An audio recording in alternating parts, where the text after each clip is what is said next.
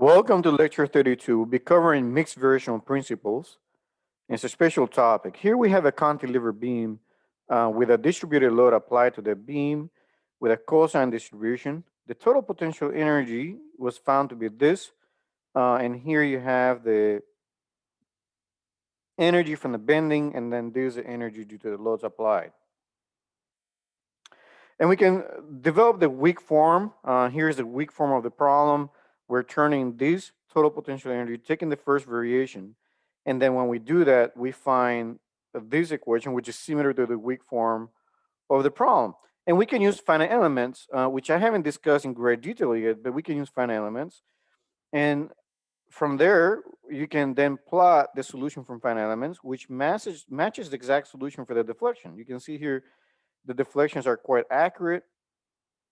No changes there at all. Very small error. When we look at the bending moment, the exact curve is in red curve. That's a curve that we're talking about.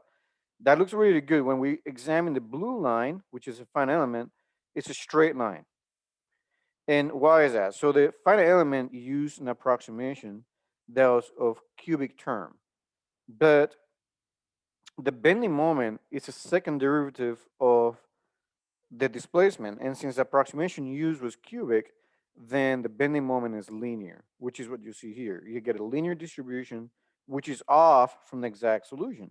And when we look at the shear, since the cubic equation for the displacement, the derivative of the triple derivative of the deflection gives you the shear, then if I use a cubic interpolation or cubic approximation for the displacements, then the shear becomes constant, which is not true at all. You can see here the exact solution, that's a red curve, and then the finite element is the blue curve. So very clearly there's a difference, and we need to somehow address that. One approach that has been used extensively is the use of mixed variational principles. And mixed variational principles provide an approach that allows you to basically approximate the solution to the equations, the equilibrium equations, so that you can not only get closer to the primary variable of interest, but also maybe the second variables of interest, which in this case become the bending moment and the shear. And so to do that, you have to develop these functionals are unique, where if you were to determine whether the functional is a minimum or a maximum stationarity, you won't be able to develop that. You will not be able to tell what is minimum or maximum. But that's one of the ideas we want to introduce today, and demonstrate the ability to solve these kinds of problems. So the solutions here, we labeled exact, as you saw. We refer to the exact solution for the beam theory. I showed you how we did very well for the deflection, but the bending and the shear, not very well. And so with that said, let's start with the idea of mixed variational principles.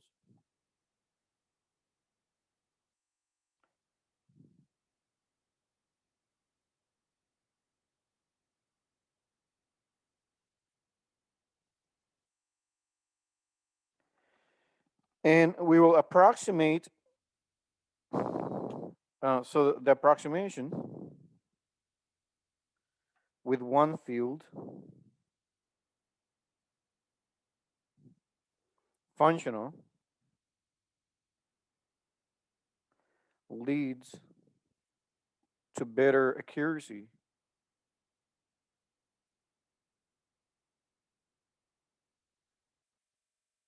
in the primary variables of interest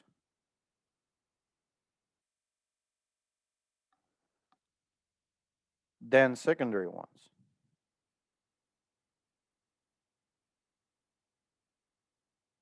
And we saw that just right now. We saw how the deflection was approximated very well, but then the bending moment and shear, not really well. So in most modern finite elements, in most modern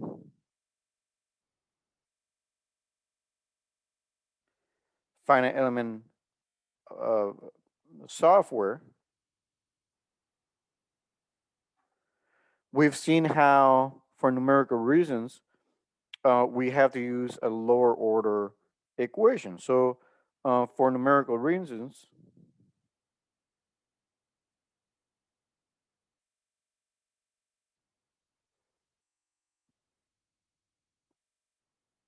we use lower order polynomials for the primary variable of interest,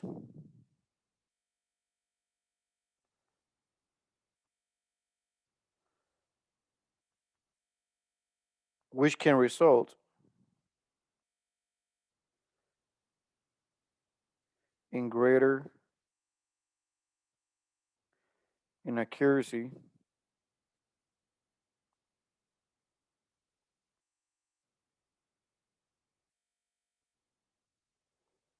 in the secondary variables.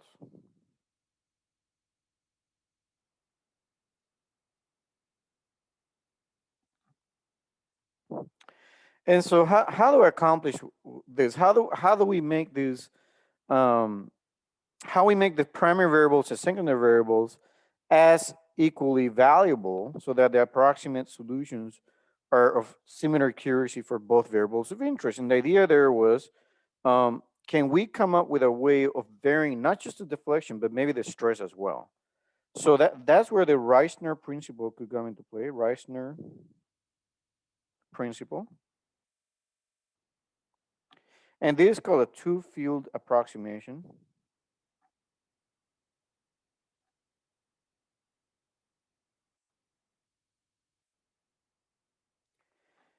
And so the Reissner principle, which I'm going to call, that was developed in the 1960s, by the way, 1950s.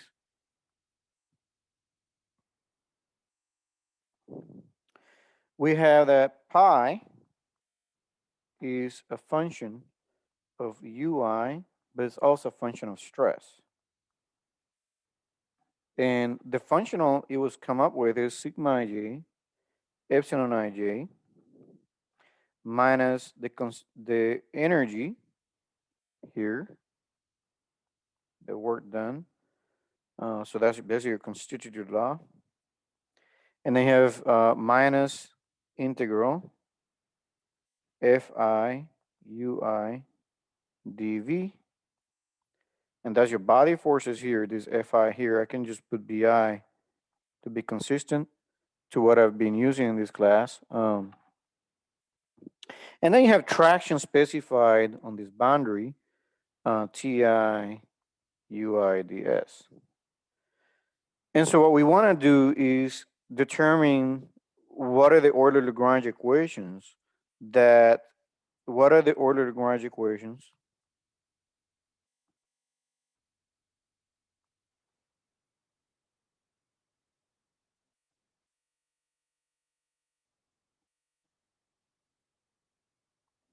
implied by pi r, the Reissner principle. So what we don't go ahead and take the first variation to see what will happen. So I'll take the first variation of pi r, and I'll write pi r here one more time. So we have it all in one place. It's advantageous for us. And notice how this is a complementary version that we're using there for the strain energy or the work done. And then I'll just keep transferring over everything we got.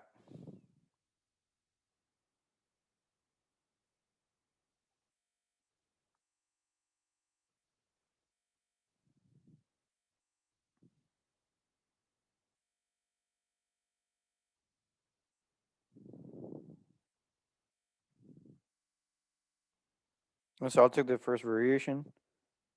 And then here we got variation sigma ij, epsilon ij, because I have the very sigma ij.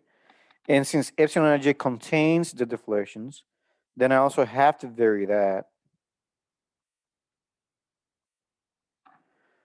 And then I have to vary this function because it depends on sigma ij.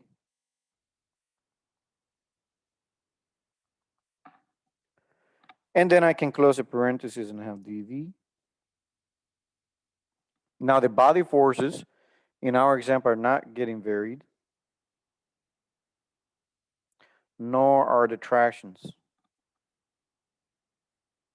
And just to be very clear, these are prescribed quantities. So just want to make sure you know what the tractions are for this problem.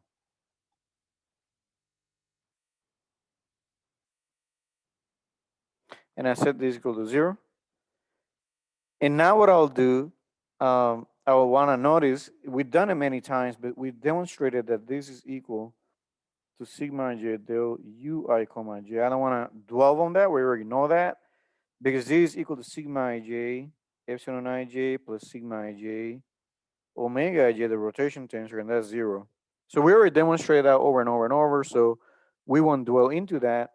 But what I want to do is integrate this term by parts to be able to then bring everything together the best way I can. And so while we don't do that, integrate that by parts, and when we do that, we get sigma ij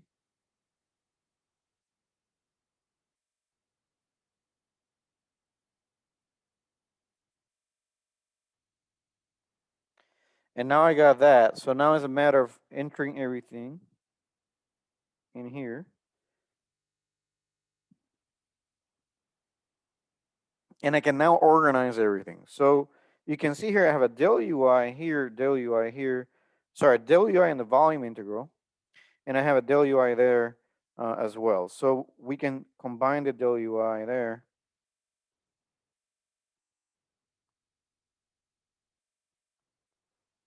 And then I can combine the del sigma j together.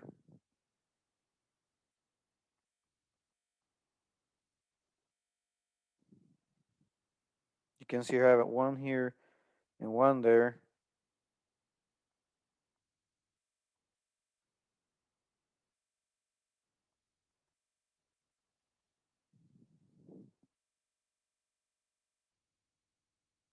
And then I have the boundary terms, which will be, for example, I have, and then let me close the parentheses here, dv.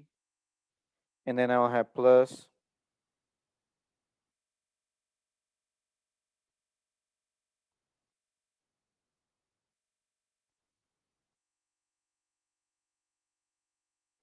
and this is in volume 1, surface 1. I can break up the surface in a smart way. And this one combines with the one above.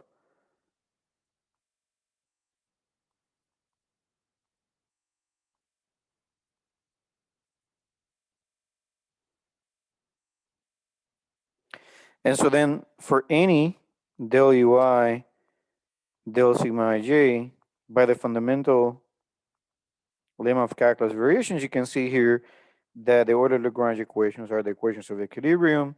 But now I have an additional equilibrium, another equation, which is the constitutive relationship. So now I have a new a new equilibrium equation, a new, not new equilibrium equation, but a new order Lagrange equation. On surface 1, this goes away because ui is specified. And on surface 2, we have sigma j, the Cauchy's relationship. So what we have here is something very interesting. What we're saying here is that we have a situation where the equilibrium equation shows up and the constitutive law equation shows up. So if I'm trying to approximate a solution to the problem, what I've actually done in fact is to approximate a solution to this equation, this equation. Earlier in time, this one was enforced. We enforced that one.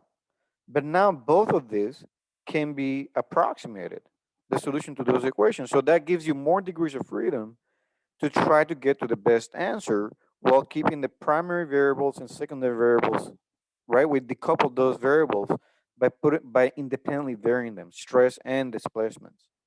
If you recall, in the total potential energy, the total potential energy only depend on deflections. And the only equilibrium equations you got, the only Euler Lagrange equation you got was this equation here, the equations of equilibrium. So that's the only equation when you're approximating the solution. That's the only equation you're trying to approximate the solution to. But when I have multiple fields of interest, like in this case, I have stress and deflections. Now I have to approximate solutions to stress and deflections independently. They don't depend on each other. So we have more ability to try to tackle multiple variables in a smart way. We can now specialize, let's specialize Reissner principle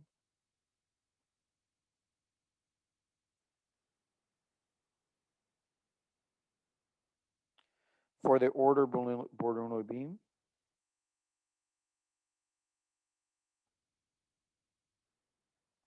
And let's see what happens. So I have pi r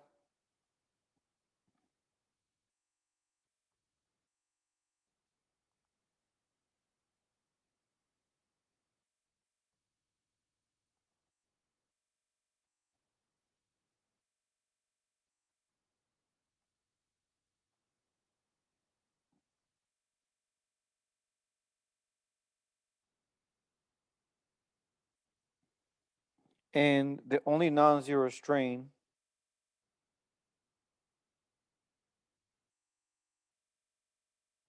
in this theory is epsilon 1 equals minus z w double prime, I'm sorry. And that's because here what I'm using right now is that w is a transverse deflection. We're covered what the order Bernoulli beam theory is, so I don't want to go into that again. And then sigma 1 is simply E Z double prime. And recall that a moment shows up. Moment equals this. So we already seen this before for order Bernoulli beam. And when I plug that in, I get minus EZ double prime times Z dA, which now becomes E double prime integral Z squared dA, and then that becomes minus EI double prime. And then I can also look at what sigma 1 is. We can look at what sigma 1 is, which is minus E double prime Z. And that's equal to, notice how we can write this in terms of moment. So we can do that very simply. Moment is this. So when I look at this equation, I can actually get everything in terms of moment only. So that's minus m over I, okay, times minus z. And we've seen this equation before. This is mz over I, which you've seen in mechanics and materials. So what I've really done is I have removed w double prime from here by using the moment equation here and plugged it in, and this is what I got, mz over I. So in our case, W star sigma 1 squared divided by 2e. Okay, so what we want to do now is substitute, and we want to neglect body forces. I don't want to worry about body forces in this problem. Then we can substitute pi r like this. And then I want pi r to be a function of moment.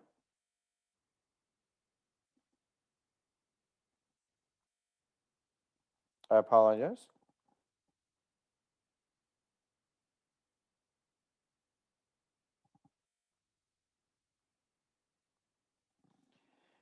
And I'll get 0 to L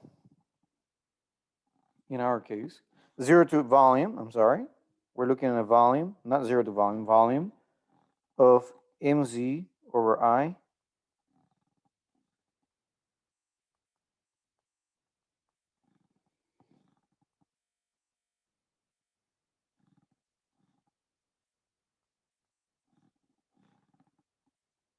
What I've done here is substituted this expression here, and then I know this expression from here and from here, right? So we're trying to get everything to moments and strength and this curvature, because moment and curvature are energetically conjugate in our example. And then we have and then this is the d volume minus integral like that ti ui ds.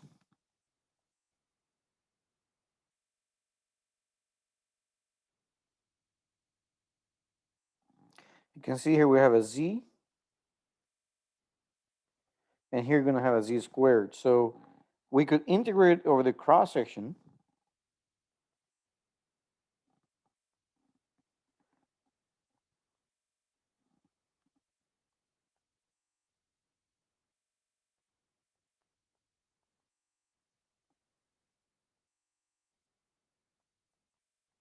like that. And you also have the situation where this is not a function of anything. So 2ei squared. And then integral z squared dA.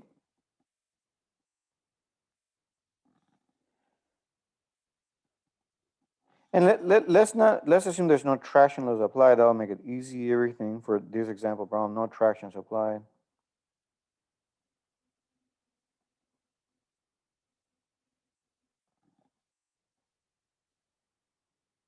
So that simplifies a little bit. And now I get pi r. This is I. This is I. Everything simplifies now to this as a potential, the Reissner principles formula, which is going to look like this. Because this I cancels out with that I. I didn't want to do that like that.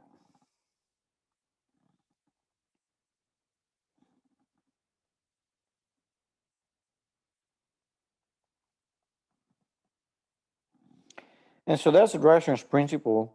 And so now what we want to do is apply this idea to a problem so you can see what happens. Okay.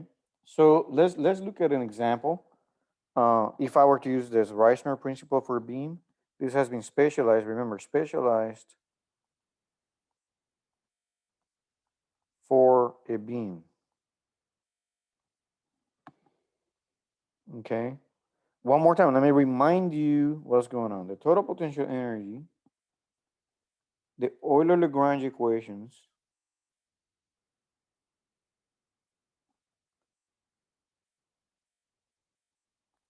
will give you the equilibrium equations.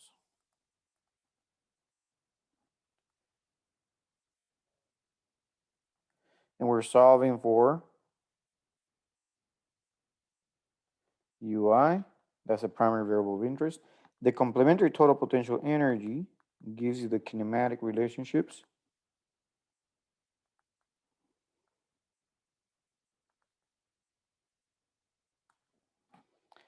Those are the Euler-Lagrange equations. I should have written that here.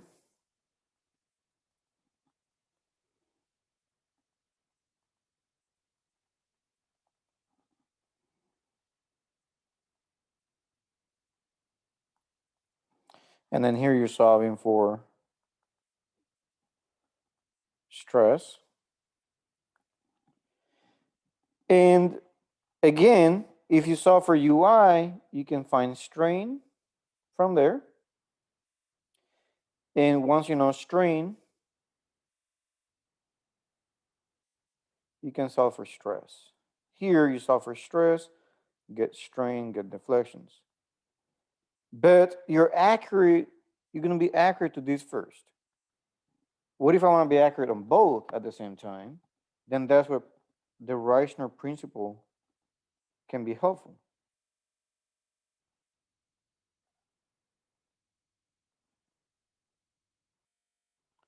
for approximating multiple fields of interest. And my idea here is to increase accuracy on both variables of interest. And to remind you, when we had the order Bernoulli beam,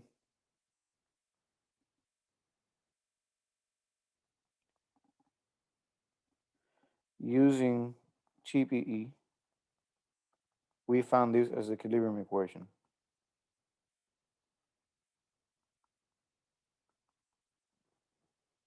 And we solve for W.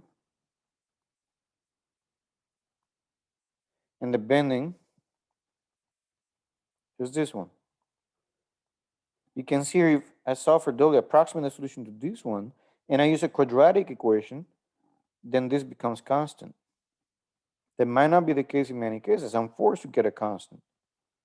But that might not be the case in every, that might not be the real solution to the problem. And shear is worse. I'll probably get 0. May not be true.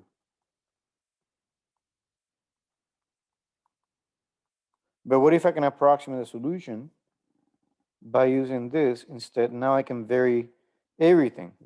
Moment in. So let's look at this example.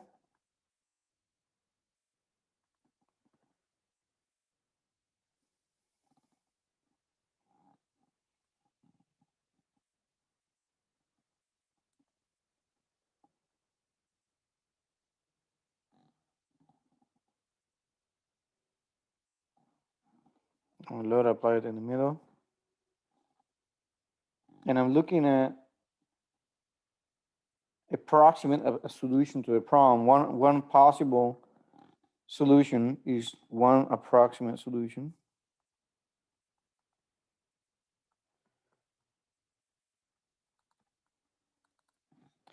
Is W tilde x equals A sine pi x over L.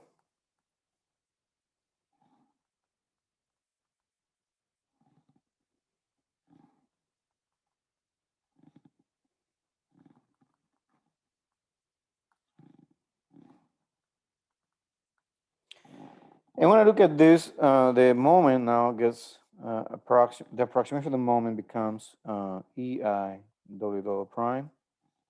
And you get 2PL over pi squared sine pi x over L. So that's an excellent, you're going to get, actually what you will find is that it's an excellent approximation. This is if we were to use the total potential energy. This is what I will find. And I were to use of course, the energy equation for that, which is pi equals integral 0 to L EI W double prime squared, half of that for this problem, minus P times W at x equals, let's call this L.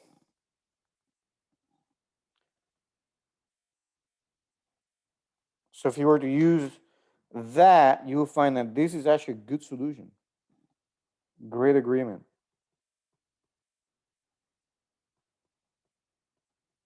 When I examine the moment, it's a poor agreement. So what if now I choose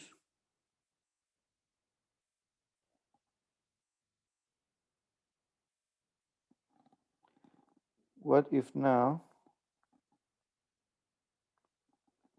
we choose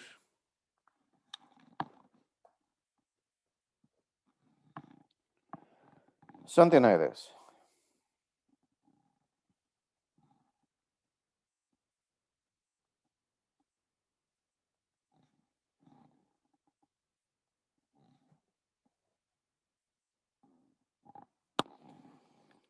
pi r,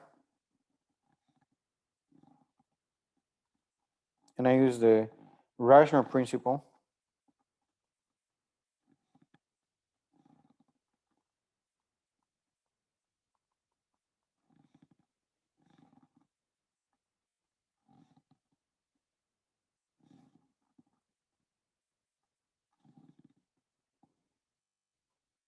And I meant L over 2 here, so I apologize.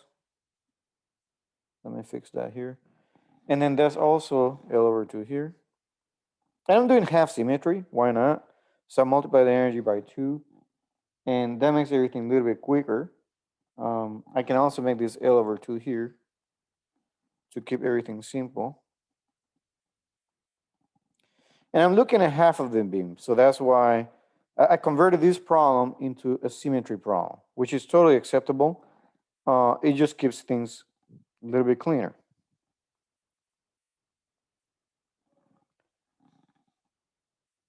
Now we take W as the same solution I chose earlier, and choose now, this is the approximation I'm choosing, and I'm going to choose the moment approximation as Bx. I'm allowed to do that because now I'm varying both moment and the deflection W. And to be more clear, I should have made this W, not W double prime, just to keep everything clean. And W is the deflection of that beam. Don't confuse that with this W. That's large W, which is the constitutive relationship. There's big W there. And then what we want to do is plug that into pi r, plug it in.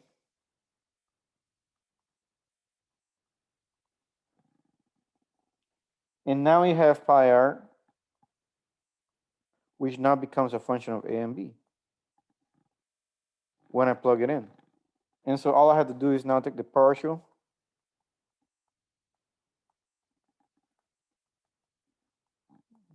pi r respect to B. And when I do that, I'm able to get that the moment is equal to px over 2, and W is PL cubed over 48 EI sine pi x over L. Okay, so the moment actually came out to be the actual exact solution. Actually, so I'm able to get the exact solution now. And the displacement approximation comes out to be better actually when you compare it, which is amazing. We're able to find that is actually very close to the exact solution. So are the equilibrium equations satisfies exactly with what we have here? No. If I plug in W tilde into the equilibrium equation for Euler-Bernoulli beam,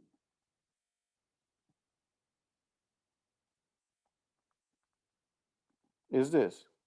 We know distributed load. This will not be exactly 0 with the approximate solution, clearly. But that's true, we know that. We're approximate solution to the problem. We're not getting the exact solution. And in addition to that, the constitutive law for Euler-Bernoulli beam, the exact constitutive law is moment equal EI W double prime. If I plug in what W tilde is and M tilde, this will not be equal to each other because I approximated this solution as well. I approximated the solution to this equation as well. I approximated the solution to this equation as well. Remember, pi r leads to two Euler-Lagrange equations. And when I'm trying to solve these Euler-Lagrange equations using approximate methods, I'm approximating a solution to those equations. I'm not trying to get the exact solution to those equations. So clearly, there is a difference there that needs to be talked about. And we can show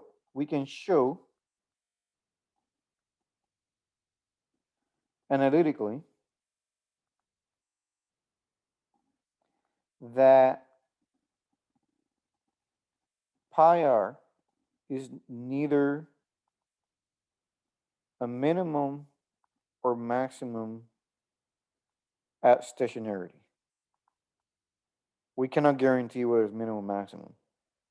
So the character pi r at stationary is not very well known. That's another important consideration. And so there are other principles that have been proposed in the literature. We have the Hellinger-Reissner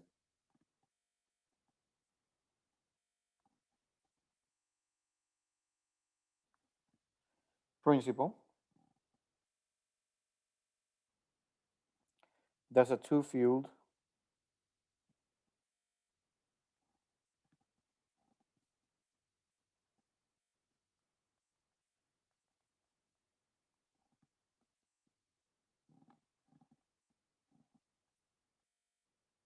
and that's energy. W here's the energy.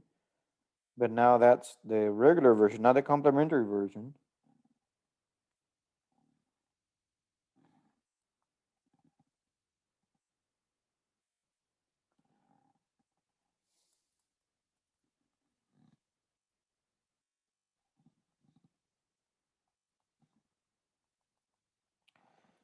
This one is subject to constraint, actually.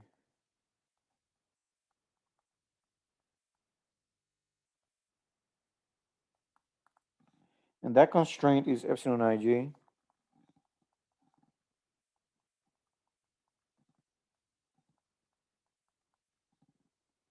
in V,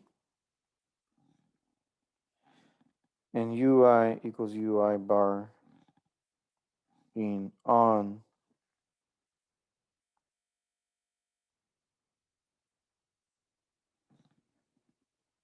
And then there's another one that's popular, Huwashizu. And the Huwashizu is a three-field principle. And that principle looks more involved, is pi, hw, and now that depends on all the variables. So when you take the variation of this one, for example, now you have to take the variation with respect to that and that.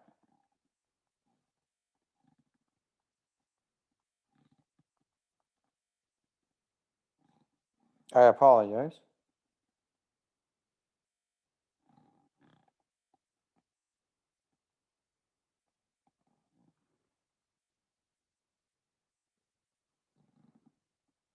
No variation there. It's going to look like this.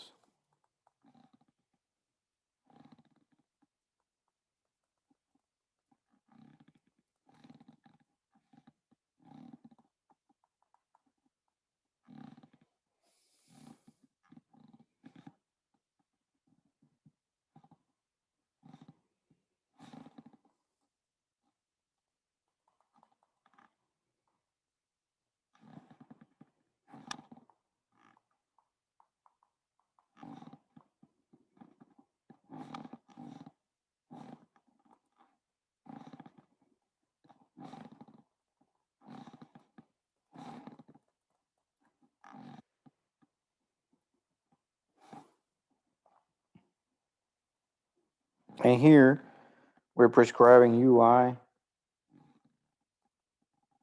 on V2.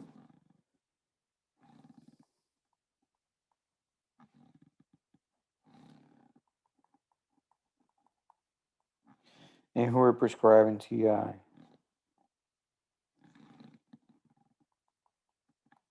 on V1. So we're taking the variation of pi with respect to now each of these variables. And now that gives me even greater flexibility and potentially greater accuracy between in trying to solve for the variables of the problem.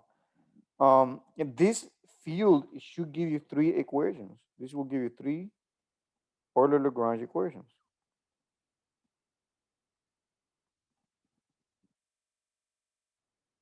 And now I'm approximating a solution to all each of these variables now. So a very interesting approach. Finite elements is not based on any of this, but it can be, and it can give you potentially more accuracy. And it's something to consider as you move on with your research in this arena. So I hope you enjoy the mixed version principles. I think it's a very interesting idea, and you will be seeing some of that. So thank you very much. I hope you have a great, great week.